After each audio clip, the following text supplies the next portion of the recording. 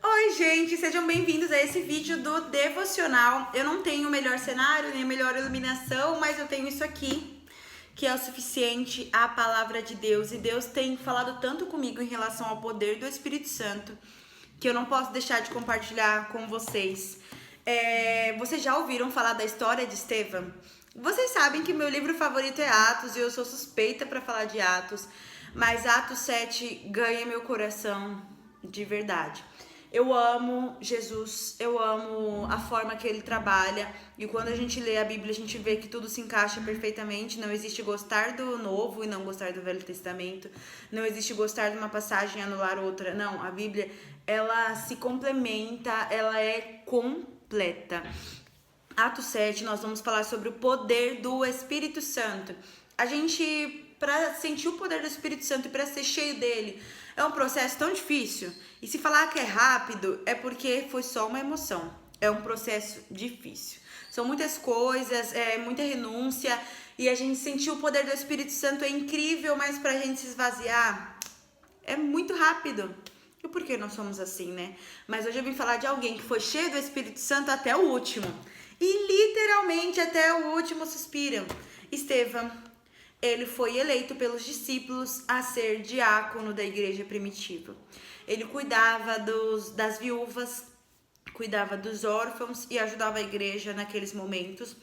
E o mais importante, ele pregava o evangelho genuíno e verdadeiro. Não vou ler todo o Atos 7 porque é muito longo, vai até o versículo 60, mas eu vou ler do 51 em diante. A verdade é que vocês continuam teimosos, com o coração insensível e com os ouvidos fechados. Vocês deliberadamente ignoram o Espírito Santo, como fizeram seus antepassados. Houve pelo menos um dos profetas que não tenha recebido o mesmo tratamento?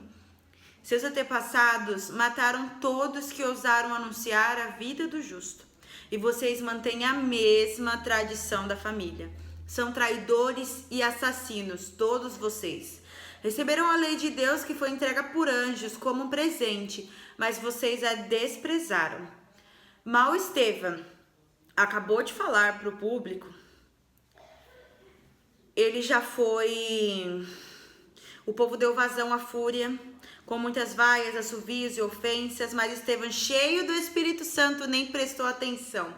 Tinha olhos apenas para Deus, porque o que estava vendo era toda a glória do Senhor com Jesus ao seu lado. Ele exclamou: eu vejo os céus abertos e o Filho do Homem ao lado de Deus. Gritando e vaiando, a multidão arremeteu contra ele como um estouro de boiadas. Arrastaram-no para fora da cidade e o apedrejaram.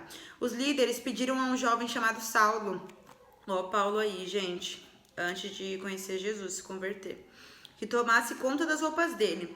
Enquanto as pedras caíam como chuva, Estevão orava: Jesus, recebe meu espírito. Em seguida, ajoelhou-se e orou bastante para que todos ouvissem. Entenda isso. Senhor, não os culpe por causa desse pecado. Essas foram as últimas palavras e ele morreu. As últimas palavras de Estevão foi para que perdoasse o povo que estava matando ele. Isso lembra quem, gente? Jesus na cruz. Ele disse: Senhor, perdoa porque eles não sabem o que fazem. E a gente pensa como a gente é carnal às vezes, né? Como você fala: não, porque se fulano fizer, eu acabo com ele, eu faço igual. Não. Isso que nem se compara, a gente está falando de uma situação de morte. Ele estava morrendo por pregar o verdadeiro evangelho de Cristo, mas ele estava cheio do Espírito Santo e ele disse: Pai, perdoa-os. Perdoa-os. Jesus, recebe o meu espírito. Recebe o meu espírito. Ele estava morrendo porque ele pregou o verdadeiro evangelho de Cristo. E a gente se depara hoje com as igrejas onde líderes e pastores não querem pregar o verdadeiro evangelho porque tem medo de perder algum membro da igreja. Vai tudo para o mesmo lugar, desculpa. Medo de pregar o verdadeiro evangelho, de dizer o que Jesus está pedindo para dizer.